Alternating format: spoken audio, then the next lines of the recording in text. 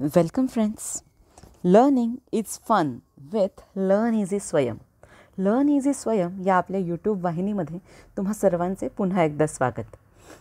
इतिहास विषय पाठ 1 या धड्याचा तिसरा भाग आज आपण पाहणार आहोत.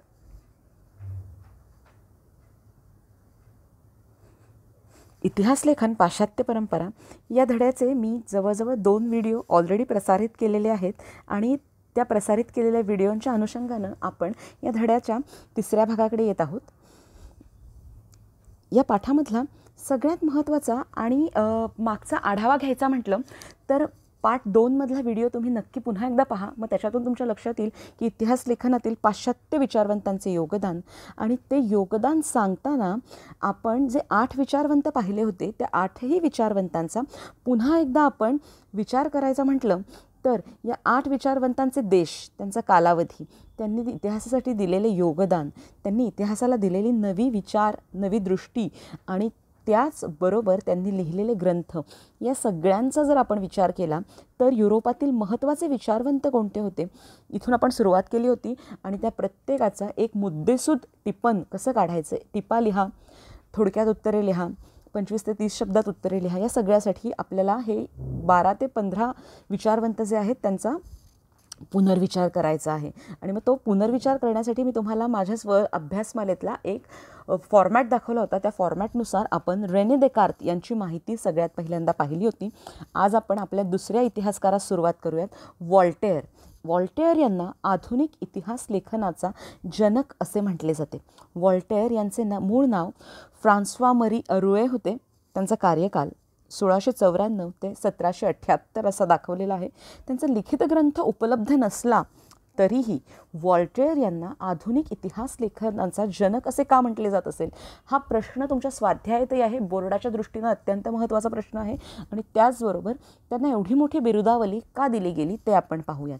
तर वॉल्टेअर यांनी केवळ वस्तुनिष्ठ सत्य आणि ऐतिहासिक घटनांचा कालक्रम पाहू नये हे सगळ्यात पहिल्यांदा सांगितलं. बघा, इतिहास म्हटलं की सण सणावळ्या, त्याचे सण आले, इसवी सन, काळ, क्रम, प्रत्येक वेळी वर्ष, इयर्स लक्षात ठेवणं आपल्याला खूप किचकट वाटतं. बरेचदा खूप मुलांना इतिहास का आवडत नाही, तर हे कशासाठी, हे का लिहायचं. पण मग यापेक्षा या घटना, कालक्रम यांना सोडून इतिहास लिहिता येईल का हा सगळ्यात पहिल्यांदा विचार जो आहे तो वॉल्टेअर यांनी केला. आधुनिक विचार केला, प्रोग्रेसिव्ह विचार केला, मॉडर्न विचार केला. म्हणूनच त्यांना आधुनिक इतिहास लेखनाचा जनक असे म्हटले गेले. तर पुढचा महत्त्वाचा मुद्दा तुमच्या उत्तरातला असा येईल, तत्कालीन समाजाच्या जीवन पद्धतीचा सर्वांगीण विचार करा असे सुचवणारे ते पहिले इतिहासकार होते, इतिहास लेखक होते. आणि म्हणूनच त्यांना आधुनिक इतिहास लेखनाचा जनक म्हटलं गेलं. आणि मानवी जीवनाचा सर्वांगीण विचार करा हे सांगताना वॉल्टेअर यांनी कोणत्या कोणत्या पैलूंचा विचार करावा याचंही विवेचन केलं. मानवी जीवनातील, समाजातील परंपरा, मानवी समाजाशी संबंधित असणारा व्यापार, मानवाची जीवन पद्धती, शेती आणि आर्थिक विकास या सर्वांचा विचार इतिहास लेखन करताना केला जावा हे सांगणारे वॉल्टेअर हे प्रथम इतिहासकार होते. म्हणून त्यांना आधुनिक इतिहास लेखनाचा जनक असे म्हटले गेले होते. आता पुढे बघा तुम्ही, जॉर्ज विल्यम फ्रेडरिक हेगेल यांचं जे काम आहे ते अत्यंत विस्तृत आणि मोठ्या प्रमाणात आहे. म्हणून मी काय केलं, त्याचं बघा, तुम्हाला जर माझी तुमची लेसन नोट म्हणण्यापेक्षा माझ्या अभ्यासमालेतले नोट पाहिलीत तर तुमच्या लक्षात येईल की तिथे हेगेलचे कार्य, मग त्यांनी लिहिलेले ग्रंथ, त्यांनी संकलित केलेले ग्रंथ, त्याचबरोबर हेगेलचा द्वंद्ववाद या पूर्ण सविस्तर विवेचन तुमच्या पाठ्यपुस्तकात दिलं गेलेलं आहे. त्याला मी अगदी थोडक्यात माझ्या अभ्यासमालेच्या नोटमध्ये मांडलेलं आहे. त्याचाही तुम्ही सविस्तर अभ्यास करा किंवा लेखन करून घ्या. म्हणजे जर शॉर्टमध्ये लेखन केलं की तुम्हाला उत्तरं लिहिणं आणि पाठ करणं सोयीचं होईल. आता आपण बघूयात 2 पद्धतीत नक्की कशा पद्धतीनं हेगेलचे कार्य 2 टप्प्यांमध्ये आपल्याला विभागावे लागेल. पहिल्यांदा एक तर त्यांनी लिहिलेले, संकलित केलेले, त्यांचे संकलन झालेले लेख, त्यांनी दिलेली व्याख्यानं आणि नंतर त्यांनी लिहिलेले, स्वतः लिहिलेले ग्रंथ. तिसऱ्यांदा विचार करावा लागेल इतिहासाला दिलेली नवी दृष्टी. हा एक टप्पा आपल्याला म्हणता येईल. तर दुसरा टप्पा हेगेल यांनी मांडलेला द्वंद्ववाद. Dialectics is the method and the innovative one which proposed by Hegel. मग ही सगळ्यात महत्त्वाची मेथड जी आहे तीही आपल्याला पाहावी लागेल. म्हणून आता हेगेल यांच्या कार्यकालावधीचा विचार केलात तर ते जर्मन तत्त्वज्ञ होते. त्यांचा कालावधी 1770 ते 1831 हा होता. त्याचबरोबर त्यांनी संकलित केलेले लेख पहिल्या टप्प्यामध्ये सुद्धा जवळजवळ 3 ते जवळ 5 सबमुद्दे येतात. त्यांचा देश, त्यांचा कालावधी, मग त्यांनी संकलित केलेल्या लेखांमध्ये एन्सायक्लोपीडिया ऑफ फिलॉसॉफिकल सायन्सेस हा लेख तुम्हाला लक्षात ठेवावा लागेल. बहुपर्यायी प्रश्नांसाठी किचकट किंवा जोड्या लावा यांच्यासाठी सुद्धा किचकट पद्धतीचा प्रश्न असू शकेल. व्याख्याने व लेख, त्यांनी दिलेले व्याख्याने आणि त्यांनी पब्लिश केलेले म्हणता येतील त्यांचे प्रकाशित झालेले जे लेख आहेत ते रिझन इन हिस्ट्री यामध्ये समावेशित केलेले आहेत. मग इतिहास लेखनानं त्यांनी योगदान काय दिलं तर ऐतिहासिक वास्तव तर्कशुद्ध पद्धतीनं मांडलं पाहिजे. तर्काच्या दृष्टीवर लॉजिकल ठरेल अशा पद्धतीनं लिखाण केलं गेलं पाहिजे. अवास्तव कल्पनारंजित इतिहास लेखन केलं जाऊ नये हे त्यांनी सांगितलं. इतिहासातील घटनाक्रम प्रगतीचे टप्पे दर्शवतो हे त्यांनी सिद्ध केलं. त्यांच्या लिखाणातून त्यांनी दाखवलं आपण घटनाक्रम फक्त मांडतो तेव्हा ती झालेली घटना, तिचं लेखन, तिचं विवेचन करतो, पण त्याचबरोबर ती घटना जसजशी पुढे जाते, त्या घटनेचा कालावधी जसा पुढे जातो तसा मानवी समाजात होणारा बदल, त्याच्या मानवी समाजात होणारी प्रगती ही सुद्धा आपल्याला त्या इतिहासातून समजत असते, कळत असते. हे सगळ्यात पहिल्यांदा हेगेल यांनी मांडलं. म्हणून त्यांनी दिलेली वैचारिक दृष्टी जी आहे ती काय आहे ते बघा. इतिहासकाराला वेळोवेळी उपलब्ध होत असणाऱ्या पुराव्यांनुसार इतिहासाची मांडणी बदलत जाणे स्वाभाविक आहे.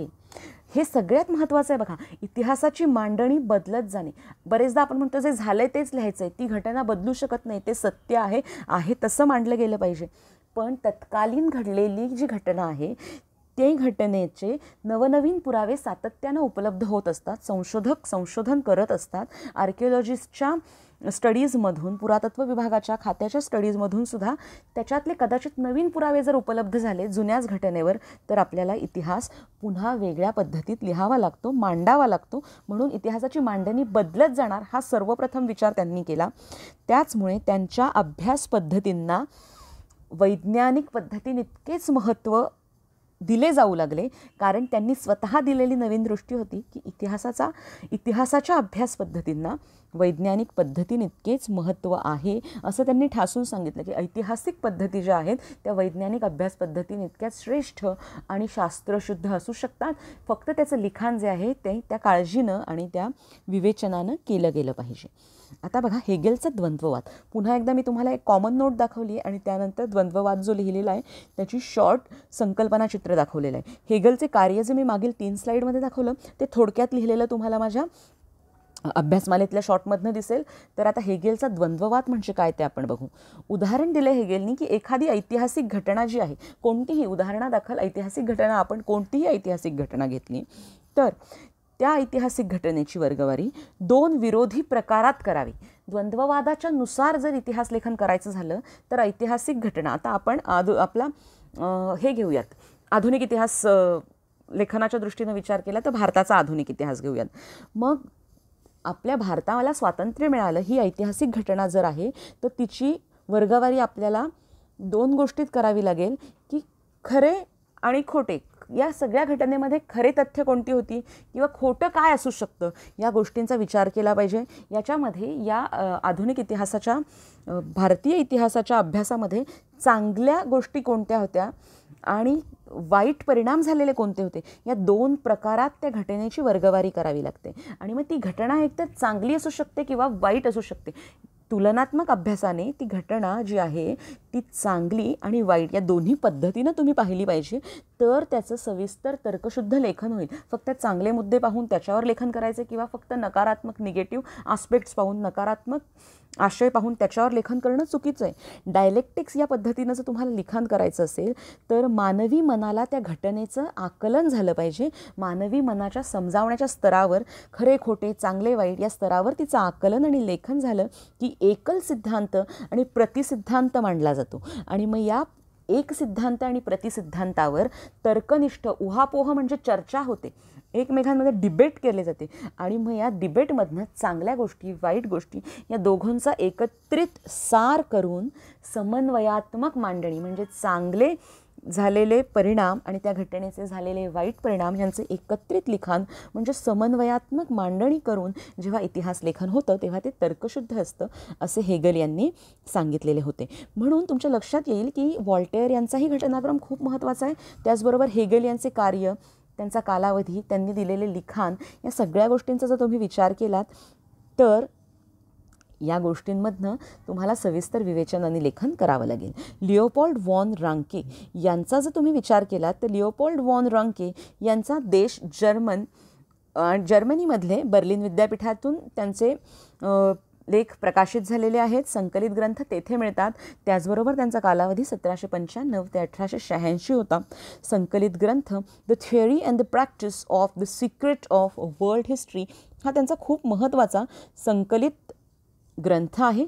याचबरोबर लिओपोल्ड वॉन रांके यांनी इतिहासाला दिलेली नवी विचार, नवी दृष्टी कोणता आहे तर मूळ ऐतिहासिक कागदपत्रांचा कसून शोध घेतला तर ऐतिहासिक सत्यापर्यंत पोहोचता येणे शक्य असते. ऐतिहासिक सत्य तुम्हाला शोधता येतं, ते मांडता येतं, पण जर अर्धवट किंवा विश्वासार्ह नसलेले अविश्वासार्ह कागदपत्रांचा तुम्ही अभ्यास केला तर तुम्हाला ऐतिहासिक सत्यापर्यंत पोहोचता येत नाही. पण मूळ ऐतिहासिक कागदपत्रांचं शोधन केलं आणि त्या शोधन केलेल्या कागदपत्रांमधून कसून शोध घेऊन तुम्ही लेखन केलं तर तुम्हाला इतिहासातील दडलेली सत्य नक्कीच समोर येऊ शकतात. हे सांगणारे लिओपोल्ड वॉन रांके हे पहिले इतिहासकार होते. म्हणून त्यांनीही इतिहासाला दिलेला नवा विचार, नवी दृष्टी खूप महत्त्वाची ठरते. लिओपोल्ड वॉन रांके यांच्या सविस्तर माहितीबरोबरच आपण हा व्हिडिओ इथे थांबवूयात, कारण साधारण 12 मिनिटांची मर्यादा पूर्ण होत आली आहे. उर्वरित सर्व विचारवंतांचा विषयी माहिती आपण इतिहास पाठ 1 भाग 4 नक्की घेऊयात. तुम्हाला माझा हा प्रामाणिक प्रयत्न आवडला तर व्हिडिओ नक्कीच लाईक, शेअर, सबस्क्राईब करा. म्हणजेच सांगायचं तर SSLK म्हणजेच काय तर share, subscribe, like in comment LC. Fine. मग आपण थांबूयात. पुढील व्हिडिओमध्ये तुम्हाला उर्वरित लेखन स्पष्ट केले जाईल. धन्यवाद.